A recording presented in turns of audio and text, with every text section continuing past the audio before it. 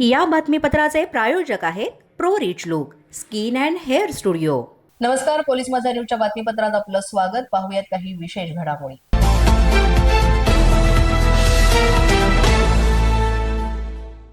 सोलापूर येथून एका सराईत गुन्हेगाराला अटक करण्यात आली आहे। गुप्त माहिती मिळाल्यानंतर चोरीचे मोबाईल घेणाऱ्या मोबाईल दुकानदारास अटक करून त्याच्याकडून एकूण 13,52,000 रुपये किमतीचे 111 मोबाईल जप्त करण्यात आले। यापुढचा जो तपास आहे तो संबंधित जो दुकानदार आहे त्याला अटक करून चौकशी करण्यात येते। यामध्ये चौकशी केली असता मोबाईल हे सोलापूर शहर आणि पूर्ण जिल्हा हद्दीतून तडीपार आरोपी गणेश उर्फ तुकाराम बेरुंगी आणि लखन बेरुंगी या दोघांकडून घेतले असल्याची माहिती समोर आलेली आहे। या दोघांनाही साधारण डिसेंबर 2025 मध्ये तडीपार करण्यात आलं होतं आणि या गुन्ह्यामध्ये या दोघांना सुद्धा जो शोध होता तो पोलीस घेत होते आणि अखेर दोघांना अटक करण्यात आलेली आहे आणि त्यांचा पुढील तपास आता सुरू आहे। श्री राऊत एसीपी श्री कोमन यांनी पुढाकार घेऊन गुप्त बातमीदार उपकारामार्फत बातमी काढून एक चोरीचे मोबाईल घेणारे मोबाईल दुकानदारास अटक करून त्याच्याकडून एकूण 13,52,000 रुपये किमतीचे 111 मोबाईल जप्त करण्यात आलेले आहेत। यामध्ये पुढील तपास संबंधित दुकानदारास अटक करून याच्यामध्ये त्याच्याकडे चौकशी केली असता सदरचे मोबाईल हे आपल्या सोलापूर शहर आणि पूर्ण जिल्हा हद्दीतून तडीपार आरोपी गणेश उर्फ अप्पा तुकाराम बैरुंगी आणि लखन तुकाराम बैरुंगी या दोघांकडून घेतली असल्याची माहिती आहे। या दोघांनाही साधारण डिसेंबर 2025 मध्ये तडीपार करण्यात आलं होतं आणि या गुन्ह्यामध्ये त्या दोघांचा सुद्धा शोध घेण्यात येत आहे आणि त्या दोघांनाही अरेस्ट करण्यात येत आहे। फारुख मोहम्मद अली पठाण जो आहे काय काम करतो म्हणजे रेकॉर्ड आरोपी आहे का नाही, फारुख मोहम्मद अली पठाण हा जो प्रमुख आरोपी आपण आज अटक केलेला आहे हा एक मोबाईल शॉपी चालवतो आणि हे चोरलेले मोबाईल हा संबंधित चोरांकडून विकत घ्यायचा आणि तो परस्पर विक्री करायचा आणि या सर्व चोरींमध्ये हा सुद्धा तेवढाच सहभागी असल्याचं दिसून आल्यावरून याला अटक करण्यात आली आहे। पूर्वीचा काय रेकॉर्ड याचा पूर्वीच्या रेकॉर्डची माहिती आपण घेत आहोत।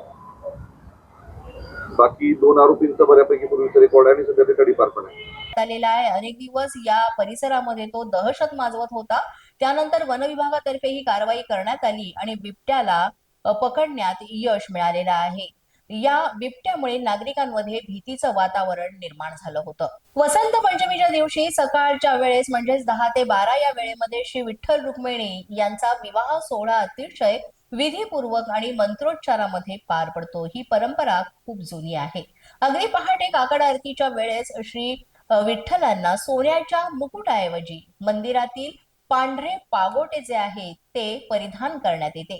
विशेष म्हणजे वसंत पंचमीच्याच दिवशी अतिशय थाटामाटात आणि मंत्रोच्चारांच्या अगदी गजरामध्ये सकाळी रुक्मिणी मातेला सुद्धा पांढरा पोशाख परिधान केला जातो आणि लग्न लावलं जातं।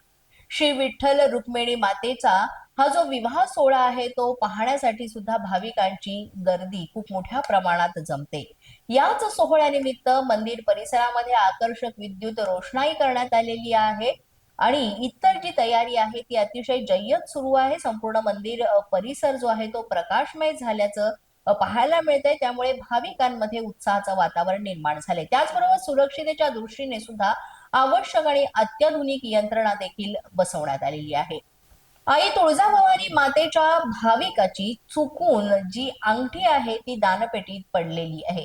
1 तोळ्याची ही अंगठी परत द्यायला तुळजाभवानी मंदिर संस्थान मात्र आता नकार देत असल्याची माहिती समोर येते। पिंपरी चिंचवड मधल्या सूरज टिंगरे या भाविकाची दानपेटीमध्ये पैसे टाकताना अंगठी पडली होती। मंदिर संस्थान मात्र आता ही अंगठी परत करण्यासाठी तयार होत नाहीये। दानपेटीमध्ये पडलेल्या अंगठीचा फोटो त्याबरोबरच दानपेटीमध्ये कोणत्या पडलेली आहे या संदर्भातली सगळी माहिती देत सत्यता पडताळून ती परत मिळावी यासाठी अर्जही करण्यात आला। मात्र मंदिर संस्थान तो अर्ज निकाली काढण्यासाठी तयार नाही, अंगठी परत करायला नकार देत आहे। एकदा दानपेटीमध्ये पडलेली वस्तू ही दान म्हणून स्वीकारली जाते असं माहिती जी आहे ती समोर येते। या संस्थानाने केलेल्या या ठरावामुळे ही अंगठी जी आहे ती परत करता येणार नाही असं मंदिर प्रशासनाने लेखी कळवलंय। मात्र या अजब कारभारामुळे देवीच्या दरबारात आलेल्या भाविकाला हा तोटा सहन करावा लागतोय.